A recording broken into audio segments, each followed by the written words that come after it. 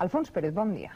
Hola, bon dia. A Callosa d'en Sarrià, a la Marina Baixa, fa més d'un segle que la nit de Sant Jaume a la plaça del poble es junten joves, xiquets i la gent major del poble per a ballar les danses amb una colla de dolçainers.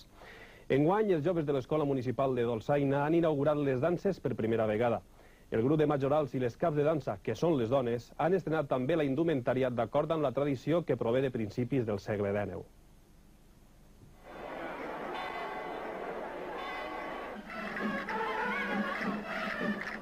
Cada 25 de juliol, la nit de Sant Jaume, a les 12 en punt de la nit, la plaça del poble de Callosa d'en Sarrià congrega balladors i balladores de les tradicionals danses. La tradició es manté des de principis del segle passat. Pocs són els pobles de la nostra comunitat que conserven aquesta tradició des de tant de temps. La resta de les nostres terres ballen danses, diguem-ne, de concert. I aquesta és una dansa que tot el poble participa. Es fa enmig de la plaça, tot el poble està allí i el poble va agarrant-se. No és, diguem-ne, un concert, sinó una participació. La dansa és de tot el poble i és, a Callosa, la festa més important que hi ha.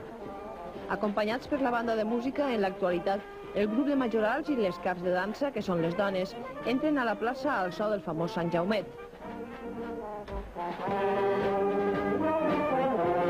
Enguany, per primera vegada, els alumnes de l'Escola Municipal de Dolçainers de Callosa d'en Sarrià han inaugurat les danses de Sant Jaume i han recuperat la indumentària que tradicionalment vestien els balladors i les balladores de les danses a principis del segle passat. L'actriu catalana Núria Feliu assisteix cada any la nit de Sant Jaume al poble de Callosa d'en Sarrià per seguir de prop les danses. No és la primera volta, sinó que he vingut ja fa anys, i a més en soc balladora també. Per tant, és una participació del poble, és una dansa participativa. Les danses de Sant Jaume, en què participa tot el poble de Callosa d'en Sarrià, s'acabaran demà a la nit.